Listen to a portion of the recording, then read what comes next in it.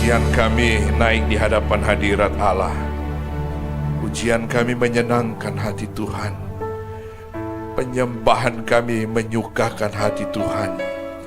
Dan kalau Tuhan senang, berkat sorga terjadi di tempat ini. Dan kami percaya setiap kami yang ada, kami dilawat oleh Tuhan. Kami diberkati Tuhan. Biar lewat hati kami mau terus ada di hadirat Tuhan. Terima kasih Bapa. Sebentar kami mau terima firman-Mu. Kuduskan setiap hati kami.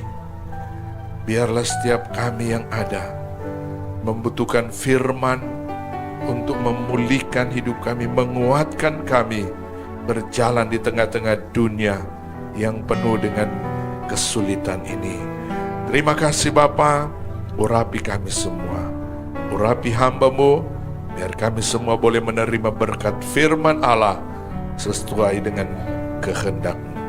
Segala puji syukur hanya bagi Tuhan. Kami siap terima firman-Mu. Kami berdoa di dalam satu nama yang heran dan ajaib, di dalam nama Tuhan Yesus Kristus kami berdoa. Haleluya, haleluya. Semua yang siap dengar firman Tuhan sama-sama katakan amin. Puji Tuhan. Shalom. Shalom. Haleluya. Saya percaya kita penuh sukacita hari ini. Amin, saudara. Seberapa kita yang ada, saya yakin bahwa kita datang ke tempat ini, kita mau supaya hidup kita diberkati Tuhan.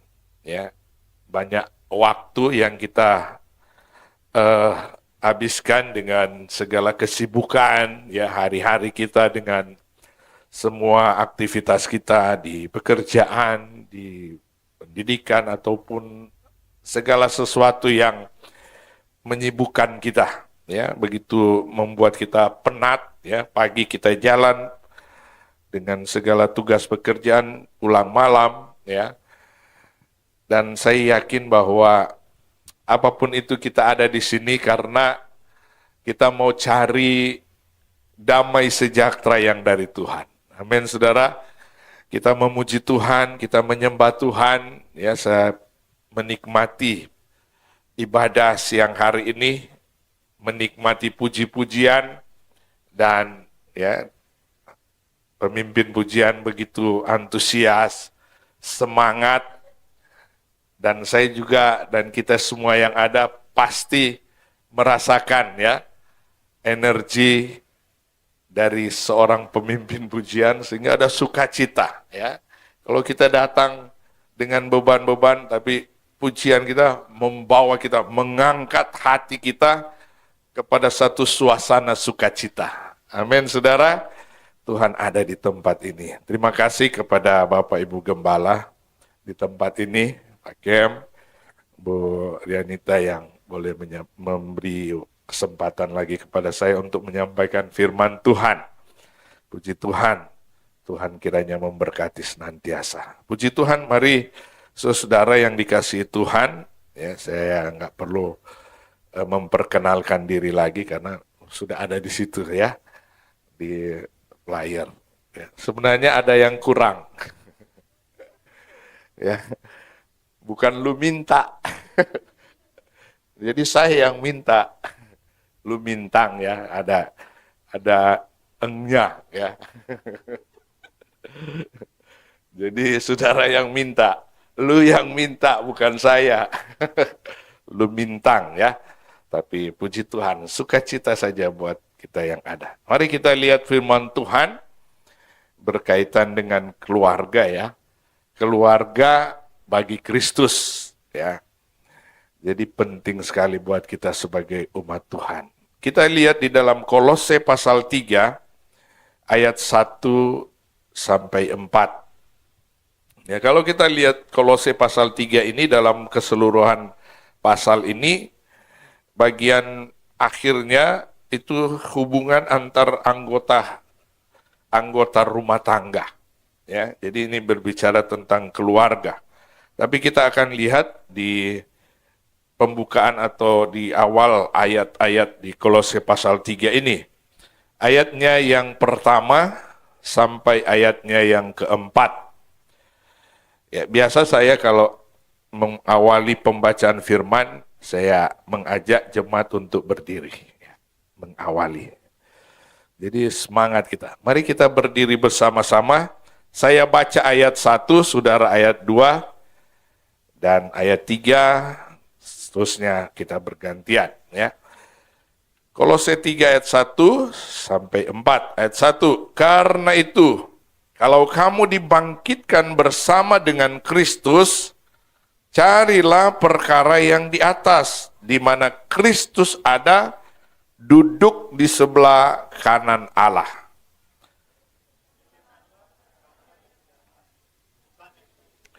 Sebab kamu telah mati dan hidupmu tersembunyi bersama dengan Kristus di dalam Allah.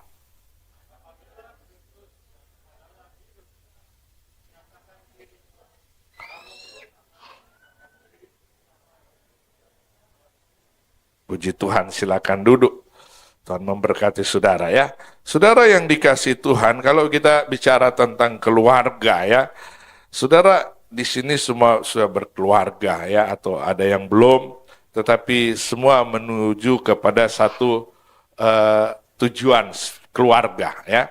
Saudara, kalau keluarga itu kita percaya bahwa itu erat kaitannya dengan hubungan. Apa saudara? Hubungan ya. Jadi tidak sendiri. Ya, kalau di dalam ayat 18 dan seterusnya di situ istri tunduk kepada suami, suami mengasihi istri, anak-anak menghormati orang tua. Jadi hubungannya seperti itu di dalam keluarga. Di dunia ini bahwa keluarga itu adalah lembaga terkecil di dunia ini, ya. Jadi satu dunia ini terdiri dari berbagai-bagai bangsa, ya, berbagai-bagai negara itu dalam lembaga dunia. Ya, kalau di Indonesia kita satu keluarga Indonesia, lembaganya lembaga di Indonesia. Kemudian ke provinsi, ya, kemudian ke gereja-gereja, dan kemudian keluarga besar GBI Double C. Ya. Saya tanya-tanya sama Pak Gembala, Double C itu apa? Rupanya double C. C ini apa, Bu? Double C. Ya. Pokoknya artinya Bapak Gembala di sini yang tahu. Ya. Yang pasti bagus. Ya. Saudara yang dikasih Tuhan, itu hubungan keluarga. Itu pun masih terbagi dari beberapa keluarga, beberapa rumah tangga. Dan kita disatukan di tempat ini. Itu tidak mudah. Sebagai kepala gereja, ya, kalau secara khusus itu gereja itu orang-orang percaya, saudara dan saya. Dan kepala gereja kita adalah Kristus. Nah, di sini gembalanya Pak Kem, Pendeta Kem. Ya.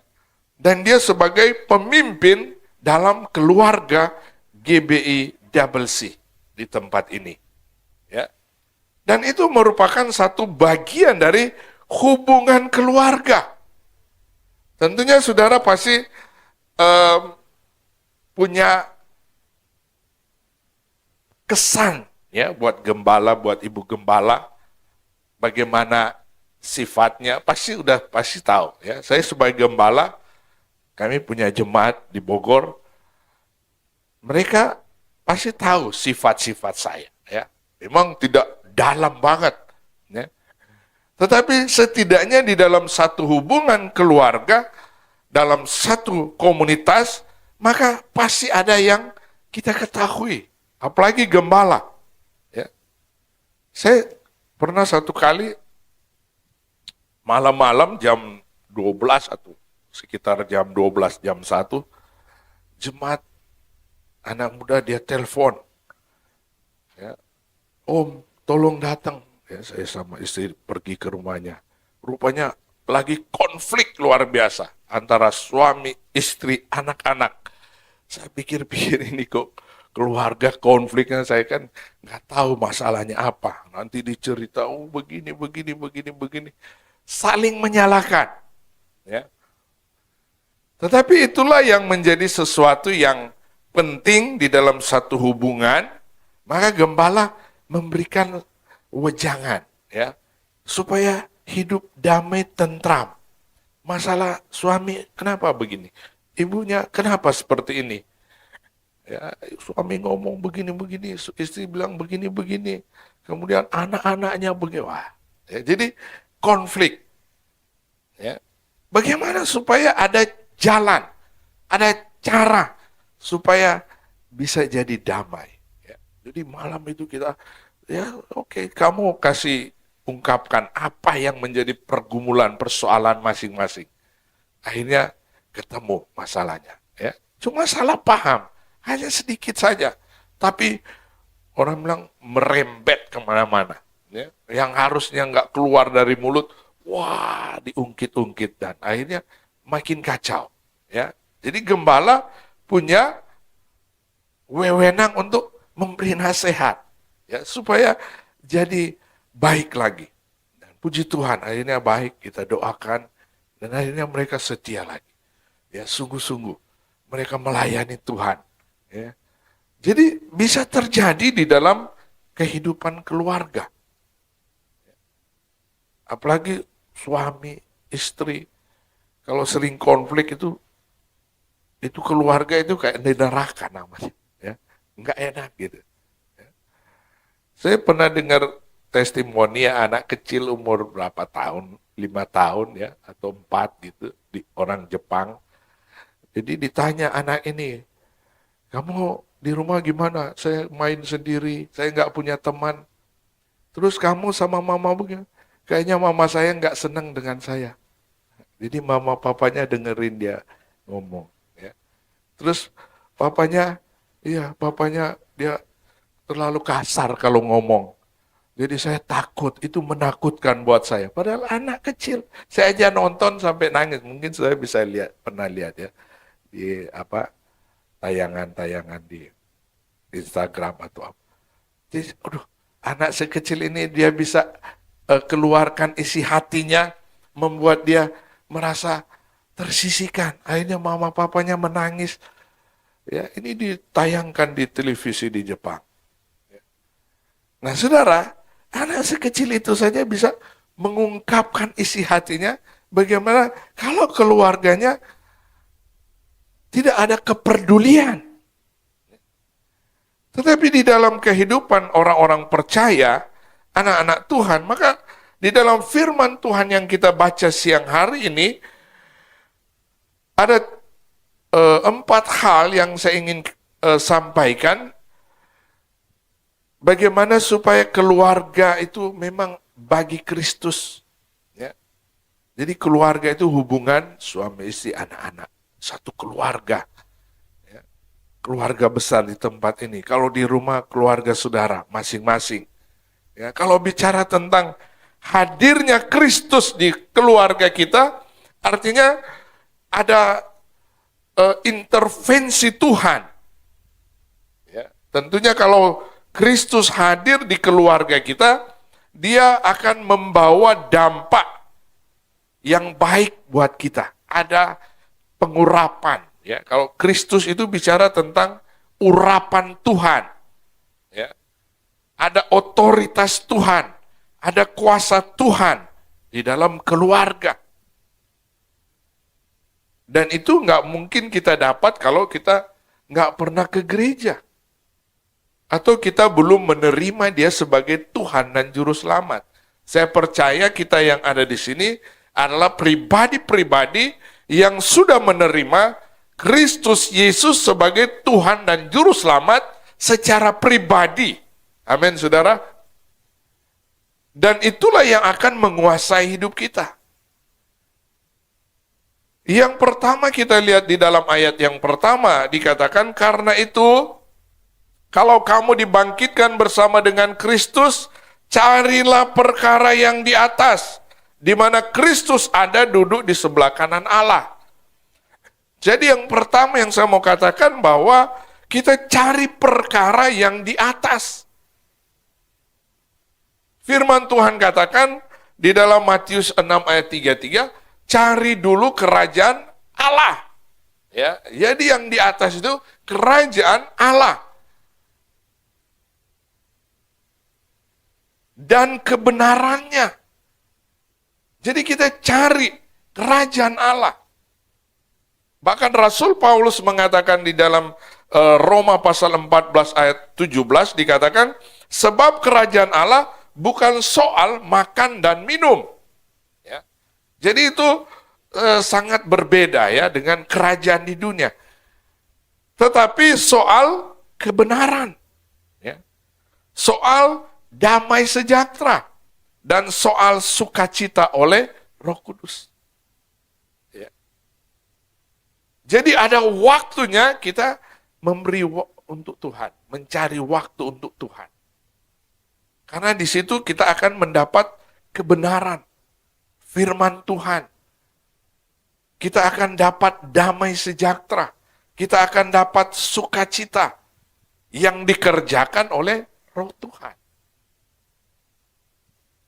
Jadi kerajaan Allah. Jadi kita ini bagian dari keluarga kerajaan Allah. Cari itu. Saat kita berdoa, saat kita bersekutu, saat kita seperti ini, kita memuji-muji Dia, kita hadirkan Tuhan di dalam diri kita secara pribadi. Jadi kita mencari Dia. Ada aktivitas diri kita. Ada satu dorongan yang bekerja di dalam diri kita. Bahwa kita sudah diselamatkan, Tuhan sudah tebus kita sudah menjadi miliknya Tuhan, hidup kita bukan kita lagi, seperti Paulus katakan, hidupku bukannya aku lagi, tetapi apa? Kristus yang hidup di dalam aku. Jadi keterlibatan Tuhan di dalam hidup kita, kalau kita mengaku kita sebagai orang percaya, artinya dialah yang mengendalikan seluruh hidup kita. Memang kita masih terjebak. Ya. Tubuh kita ini kan firman Tuhan kita punya 3 bagian.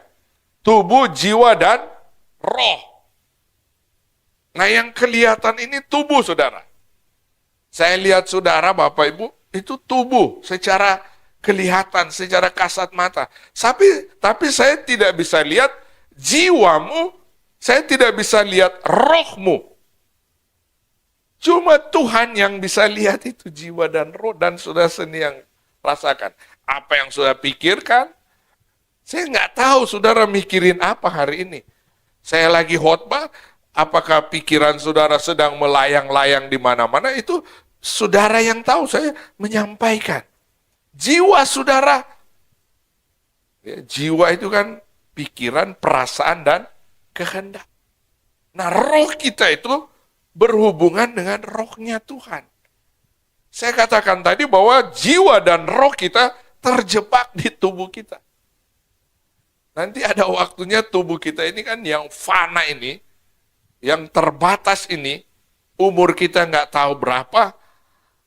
Kalau kita, firman Tuhan bilang, tubuh itu kembali kepada tanah. Tetapi roh, jiwa kita kembali kepada pencipta. Makanya saudara yang kasih dalam Tuhan, jiwa kita itu butuh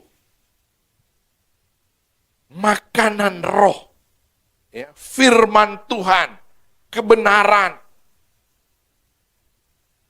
Dan itulah yang menjadi sukacita kita orang percaya, bahwa kita punya pengharapan di dalam Kristus. Ya, jadi Kristus itu tinggal di dalam hidup kita. Dia mengendalikan kita. Supaya tubuh kita itu tidak mengendalikan roh dan jiwa kita. Ya. Karena kalau tubuh yang mengendalikan, akhirnya kita itu senangnya dengan apa? Dengan kesenangan dunia. Ya. Orang ke diskotik, orang minum mabok, orang apa segala macam. Ya, itu kesenangan duniawi. dan tubuh itu yang disenangkan. Ya, tapi untuk roh, kesenangannya apa? Memuji Tuhan, menyembah Tuhan, menyerahkan hidup sama Tuhan, berjalan dalam tuntunan Tuhan, melayani Tuhan. Dalam pekerjaan kita, kita libatkan Tuhan.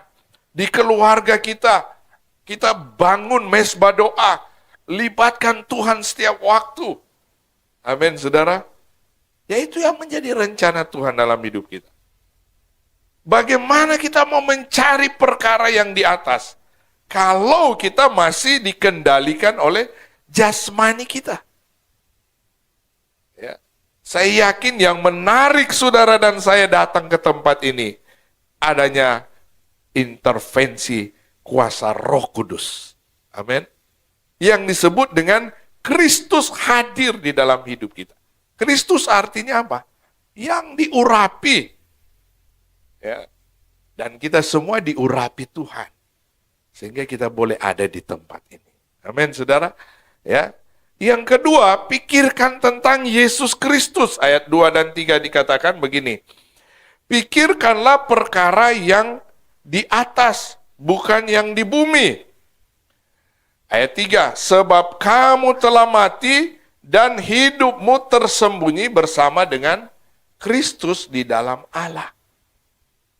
Ya. Pikirkan tentang juru selamat kita.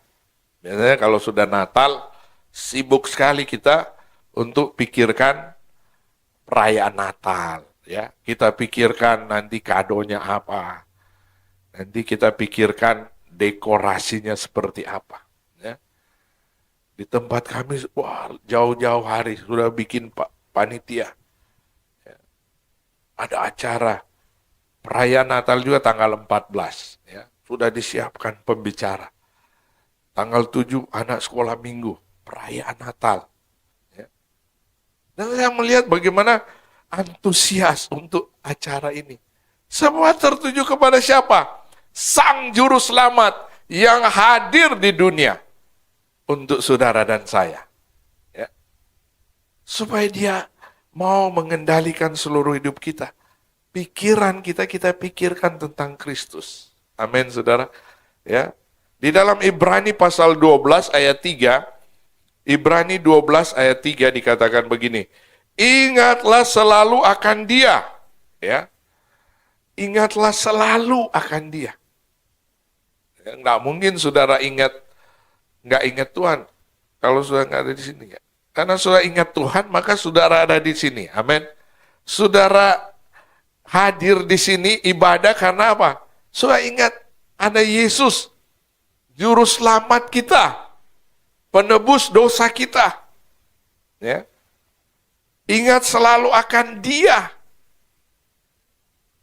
Ya, kita nggak cuma ingat-ingat yang biasa manusia itu ingatnya ada yang mengecewakan kita ingat. Ada satu jokes, ya. Saya pernah lihat si Fajar, kalau kebaikanmu nggak diingat orang, cobalah kamu bikin kejahatan. Pasti diingat. Ada kan? Ya, saya suka nonton itu. Ya. Itu manusiawi, saudara. Biasanya yang kita ingat kejahatan orang. Ya. Kalau yang baik, ingat tapi nanti hilang. Ya. Harusnya sebagai orang percaya, anak Tuhan, yang kita ingat baiknya. Ya. Ada orang yang kita sudah baikin, ya, dulunya nggak ada apa-apanya, kita tolong, sudah jadi, sudah sukses, sudah berhasil, dia lupa. Ya. Dia nggak ingat lagi kebaikan kita. Memang itu manusiawi. Cuma bisa ingat yang nggak baiknya. Tapi kita orang percaya kita ingat baiknya. Amin, saudara. Ya, wah, dia sudah baik sama saya. Ya. Seperti gembala di sini kan baik sama saya. Ya, saya pernah ke Tangerang, di mana tuh perumahan saya udah lupa. Erik sama adiknya masih kecil. Ya. Itu menunjukkan kebaikan hati, bahwa mereka peduli. Ya. Dulu kita masih sama-sama merintis, masih sama-sama susah kan? Ya. Dulu saya merintis susah banget, saudara. Ya, berat, situasinya tidak mendukung. Tapi kalau pekerjaan Tuhan, apapun bisa. Ya. Kemarin bulan Agustus, ulang tahun gereja kami, saya bikin KKR, saudara. Itu sewa gedung 1.000 kursi, saudara. Ya. Wah, saya bilang ini jemaatnya dari mana? Ya, kalau jemaat kami paling 150 sudah mentok itu. Ya. Terus ini 1.000 kursi, saudara. Bagaimana? Ya berdoa. Tujuan untuk apa? Untuk hormat dan kemuliaan bagi Tuhan. Ya.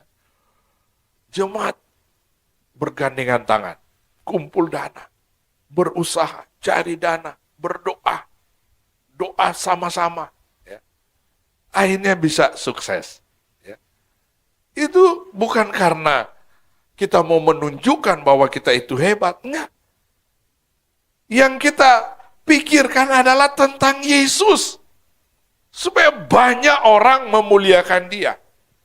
Ya, seperti Bapak Gembala tadi, mau acara Natal, undang sebanyak-banyaknya. Kasih tuh flyer ya, sama siapa aja ya, yang butuh Tuhan. Karena apa? Kita mau pikirkan tentang dia. Yang firman Tuhan katakan, ingatlah selalu akan dia yang tekun. Ya, ini Tuhan kita. Menanggung bantahan yang sehebat itu terhadap dirinya. Ini tentang kematiannya, pengorbanannya. Untuk siapa? Untuk tebus dosa saudara dan saya. Ya. Dia alami tekanan. Dari siapa? Dari orang-orang berdosa. Supaya kamu jangan menjadi lemah dan putus asa. Ya. Dunia bukan semakin baik, usaha bukan semakin baik. Tapi kalau bersama Tuhan, Tuhan selalu punya banyak cara untuk buka jalan. Amin, saudara. Ya, saya percaya kalau saudara tetap setia menjalani hidup saudara bersama dengan Tuhan. Orang bilang boleh susah, sulit usaha. Tapi kalau bersama Tuhan, Tuhan pasti punya banyak cara untuk buka jalan. Bagaimana saudara berharap sama Tuhan. Nggak ada yang mustahil bagi Tuhan. Saya bangun tempat ibadah, kayaknya mustahil. Tapi nggak ada mustahil. Ya. Beberapa waktu lalu, saya bangun pastori, bangun ruang sekolah minggu. Ya. Itu dananya lumayan besar. 200 jutaan. Bagi kami besar, mungkin kalau saudara kecil, tapi bagi saya besar. Ya. Saya bilang sama jemaat, kita mulai. Ya. Dananya cuma 15 juta. Ketua panitia bilang, Om, jangan bangun dulu. Karena kita nggak punya dana. Wah. Saya bilang, saya udah berdoa. Sudah puasa. Tentukan siapa-siapa yang menjadi panitia. Mulai saja. Ya, mulai Tuhan kirim berkat, Tuhan kirim berkat sampai selesai, ya, sampai di gunting pita diresmikan. Ya. Jadi bagi Tuhan gak ada yang mustahil. Selama kita pikirkan tentang Kristus Yesus, Dia akan buat banyak cara untuk tolong kita. Amin, saudara. Ya. Kalau kesusahan, ya tadi kita nyanyi apa? Gunung-gunung beranjak, apa? Ya, itu kan bukan perkara gampang kalau saudara kita alami seperti itu, yaitu banjir di mana Sumatera Barat, di Sibolga, ya, kehilangan rumah, kehilangan tempat, banyak juga anak-anak Tuhan, ya.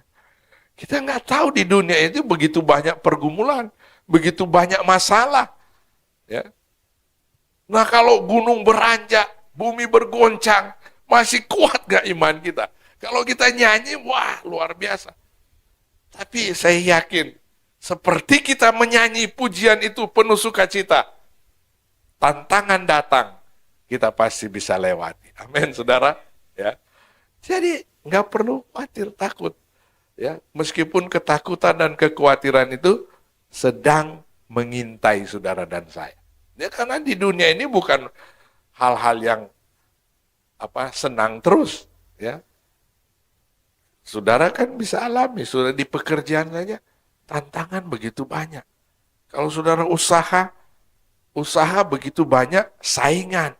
Ya, kadang-kadang kita lagi senang-senang, tiba-tiba ada masalah. Ya, kita nggak bisa melihat keadaan di sekitar kita itu aman-aman. Tapi mari kita datang kepada Tuhan. Pikirkan selalu tentang Dia. Dia sanggup mengatasi segalanya. Dikatakan yang tekun menanggung bantahan. Bahkan hidupnya sendiri, kesusahan dia hadapi untuk saudara dan saya.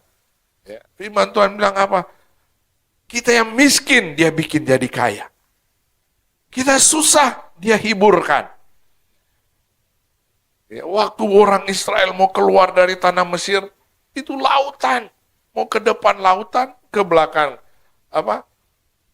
tentara Mesir, mau ke kiri ke kanan, padang gurun, gak bisa kemana-mana. Ya. Nah itu yang disebut saat tiada jalan, Tuhan buka jalan. Amin. Tuhan bilang sama Musa, apa yang ada padamu? Musa bilang, tongkat. Ambil tongkatmu, pukul laut, maka laut terbelah. Orang Israel bisa jalan. Amin.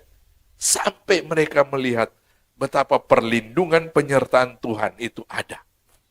Mujizat Tuhan masih terjadi sampai hari ini. Mungkin kita sudah nggak sanggup. Bagaimana Tuhan? Sudah nggak ada cara, sudah nggak ada jalan. Pandang, ingat Yesus. Dia punya banyak cara. Mari kita berlutut, mari kita merendahkan diri di bawah kaki salib Tuhan. Serahkan pergumulan kita sama Tuhan. Sebab itu firman Tuhan katakan, ingat selalu akan Dia. Ya. Artinya pikiran kita itu kita serahkan sama Dia. Kalau pikiran kita itu kita mau bisa pakai kekuatan kita, ya, ada kan yang begitu. Istri nggak perlu tahu urusan suami, ya, makan, minum, usaha, istri nggak perlu tahu itu urusan saya. Padahal dia udah nggak sanggup. Ada dulu teman saya, dia usaha, ya, dia nggak pernah ngomong sama istrinya. Usahanya udah kolaps, dia masih pakai kekuatannya, ya, masih ke luar negeri. Waktu sudah nggak sanggup, akhirnya rupanya hutangnya sudah bertumpuk-tumpuk. Ya, usahanya udah nggak bisa lagi dia tangani. Istrinya nggak tahu. Ya. Untung aja mereka anak Tuhan. Dia udah berserah sama Tuhan. Tuhan tolong. Ya. Jadi kita serahkan pergumulan kita kepada Tuhan. Amin, sudah. Dalam keluarga, suami istri harus saling menopang. Ya. Ada orang bilang istri itu pendoa buat keluarga. Ya. Bukan perongrong keluarga. Ya. Tapi pendoa. Suami itu jadi imam. Ya, artinya dialah yang akan membuat keluarga itu cari Tuhan. Semangat mencari Tuhan. Ya, sudah ingat Ayub dalam pergumulannya, hidupnya. Dia takut anak-anak itu berbuat dosa. Dia datang persembahkan korban sama Tuhan. Supaya apa? Supaya anak-anak itu jangan jatuh dalam dosa. Ya. Jadi ingat Tuhan. Sebagai orang percaya, mari kita mau hidup berjalan bersama dengan Tuhan. Ya.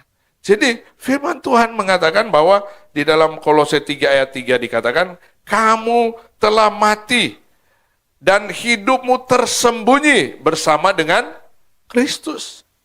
Artinya Tuhan yang melingkupi kita. Tuhan yang memeluk hidup kita. Seperti anak terhilang. Ya, dia boros-boros, dia pergi ke tempat yang jauh, sudah miskin, sudah melarat, baru dia ingat bapaknya. Ya, dia pulang. bapaknya dari jauh. Dia lihat anaknya, wah dia lari, dia peluk anaknya. Dia suruh pegawai-pegawainya, ambilkan dia sepatu, pakaikan dia baju yang terbaik. Mari kita pesta, kasih korban buat dia. Ya. Itu manusia. Ya. Kalau kita ingat Tuhan, sejelek apapun kita, seberdosa apapun kita datang menghampiri hadirat Tuhan. Kita nikmati kebaikan Tuhan. Amin, saudara. Jadi, mari saudara, kita ingat Tuhan. Yang ketiga, kita memiliki identitas yang baru. Ya. Di ayat yang ketiga tadi, bahwa kita itu tersembunyi bersama dengan Kristus. Ya, dulu kita orang berdosa, orang yang nggak layak. Ya, sekarang kita di dalam Kristus. Kita punya identitas yang baru. Ya, kalau kita baca di dalam Kolose 3 ayat 5 sampai 17, itu berbicara tentang manusia yang baru. Ya, manusia yang penuh dengan hawa nafsu, penuh dengan kejahatan, penuh dengan perbuatan yang najis. Itu manusia lama. Ya. Tetapi ketika kita diubahkan, identitas kita yang lama diubah jadi manusia yang baru di dalam Tuhan. Ya. Maka di dalam Kolose 3 ayat 10 dikatakan, dan telah mengenakan manusia baru yang terus-menerus diperbaharui untuk memperoleh pengetahuan yang benar menurut gambar haliknya. Ya. Sudah ingat waktu kita diciptakan, manusia diciptakan, Adam Hawa, dia diciptakan apa? Menurut gambar dan rupa Allah. Jadi bagaimana gambar wujud saudara dan saya? Seperti itulah Allah kita, sempurna dan kudus. Tetapi manusia kan jatuh dalam dosa. Gambar Allah itu rusak. Ya. Tetapi Tuhan datang untuk memulihkan gambar yang rusak itu. Dengan apa? Dia korbankan hidupnya. Dia mati, tersalib, tersiksa. Untuk supaya merubah gambar hidup saudara dan saya. Yang gak benar, yang jahat, yang licik. Diubah, saudara. Makanya firman Tuhan katakan, telah mengenakan manusia baru. Ya. Terus menerus. Ya. Makanya kita perlu datang sama Tuhan. Berdoa, ibadah. Karena seminggu ini kita banyak berbuat salah. Ya. Kecewa dikit, marah sama istri. Ya kan? Ada sesuatu yang enggak kena di hati kita, kita marah dan sebagainya. Ya. Antara anak, antara orang tua, seringkali terjadi konflik di dalam hidup. Ya. Makanya firman Tuhan katakan, mengenakan manusia baru yang terus menerus. Amin, saudara. Terus menerus. Setiap saat. Tuhan, ampuni saya. Tadi saya sudah salah menilai tentang si ini, si itu. Saya salah menilai tentang istri saya. Atau saya salah nilai tentang suami saya. Ya. Kalau menurut penilaian saya, dia salah. Tapi rupanya dia punya alasan. Oh, alasannya seperti ini. Yang nggak perlu kita menuduh dia, menyalahkan dia. Ya, karena kita nggak pernah mengoreksi diri kita. Ya. Itu sebabnya kita datang sama Tuhan. Tuhan, saya udah salah. Ya, itu yang disebut oleh Rasul Paulus terus-menerus memperbaiki diri. Amin, saudara. Ya, saya pun sebagai hamba Tuhan banyak kali keliru. Ya, tetapi kita mau datang supaya kita diperbaharui. Ya, mungkin kata-kata seringkali menyakiti. Ya, tetapi bukan tujuan untuk menyakitkan orang lain. Supaya kita sama-sama melihat anugerah Tuhan besar dalam hidup kita. Ya, mengenakan manusia baru. Ya, kalau manusia lama, oh, kamu lewati dulu mayat saya, baru kamu saya. Kalau di dalam Tuhan enggak. Ya, tadi pujian anak sekolah minggu apa? Mengampuni itu berapa kali? 7 kali? 7 kali, 7 kali? Atau berapa kali? Artinya bahwa mengampuni itu tidak ada batasnya. Ya, kenapa? Ada perubahan identitas baru di dalam diri kita. Kita nggak mungkin nggak salah. Seringkali ada salahnya. Atau seringkali orang lain kita anggap salah. Bukan, belum tentu. Ya. Tapi kita semua banyak kekeliruan. Ya. Kita berusaha supaya kita hidup baik. Supaya kita berjalan baik. Supaya Kristus menguasai hidup kita. Jadi identitas kita sebagai orang percaya, kita punya identitas manusia baru di dalam Kristus. Ya. Yang terakhir, pikirkan tentang kekekalan. Ya, di dalam ayat 4 dikatakan, ayat 4 kita baca sama-sama. 2, 3. Apabila Kristus yang adalah hidup kita menyatakan diri kelak, kamu pun akan menyatakan diri bersama dengan Dia dalam kemuliaannya. Ya, jadi tujuan saudara ibadah apa? Hidup kekal. Ya, bukan cuma hidup di dunia ini saja, tetapi di dunia yang akan datang. Ya. Saudara dan saya percaya bahwa hidup kita itu ada waktunya. Ya. Makanya orang tua kita yang sudah mendahului kita, ada yang sudah meninggal mendahului kita. Ya, tujuan kita cari Tuhan apa? Supaya kita nanti hidup kekal bersama dengan Dia. Amin, saudara. Ya, kita hidup bersama-sama dengan Dia dalam kekekalan. Maka yang kita pikirkan sekarang ini bukan hanya memikirkan untuk kepentingan-kepentingan duniawi saja. Makan, minum, usaha, kerja, uang, dan sebagainya. Rencana kita nanti tahun depan, bulan depan, kita punya mobil baru, punya rumah baru. Itu di dalam dunia, itu nggak salah. Tetapi yang lebih penting dari itu, kehidupan kekal bersama dengan Tuhan. Amin, saudara. Yang diingat itu, ya, dikatakan menyatakan diri bersama-sama dengan Dia dalam kemuliaannya. Ya. Itu yang menjadi kerinduan kita. Supaya kita hidup dalam kemuliaan Tuhan. Bersama dengan Tuhan. Ya.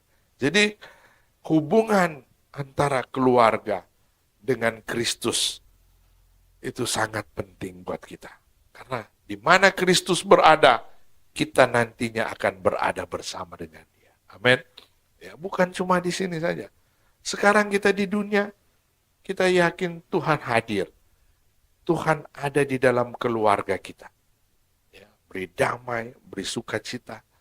Ya, ada berkat Tuhan buat kita semua dalam kesetiaan kita. Ya. Manusia itu dibatasi oleh pikirannya. Ya. Nanti kalau besok, nanti apa yang saya makan. Ya kan? Begitu manusia. Kita cari uang supaya kita besok bisa makan. Lusa ada lagi, kita bisa makan. Ya. Manusia kan seperti itu. Untuk apa kita cari uang? Untuk supaya kita bisa makan. Saya makan terus, jadi gendut. Ya. Tuhan pelihara hidup kita. Tapi lebih dari itu, jiwa kita yang Tuhan inginkan kita ada bersama-sama dengan Dia dalam kemuliaannya. Ayat 14 yang terakhir di dalam Kolose pasal 3 dikatakan, dan di atas semuanya itu kenakanlah kasih sebagai pengikat yang mempersatukan dan yang menyempurnakan. Ya, biarlah kasih Tuhan hadir di setiap keluarga kita. Kasih agape, kasih yang dari Allah menguasai seluruh hidup kita. Keluarga besar GBI Double C dikuasai oleh kasih Tuhan. Sehingga waktu kita dikuasai oleh kasih Tuhan, kita pasti akan saling mendoakan, saling menguatkan, saling memberkati. Karena kasih Tuhan, kita rela berkorban. Kita tidak ragu untuk memberi. Kita tidak ragu untuk mempercayakan hidup kita melayani Tuhan. Biar kasih Tuhan melingkupi kita semua. Tuhan Yesus memberkati kita semua. Kiranya firman Tuhan ini menguatkan kita semua. Mari saudara kita nyanyikan satu pujian kita kepada Tuhan. Saya rindu kita nyanyikan pujian pujian dan syukurku ku bawa padamu.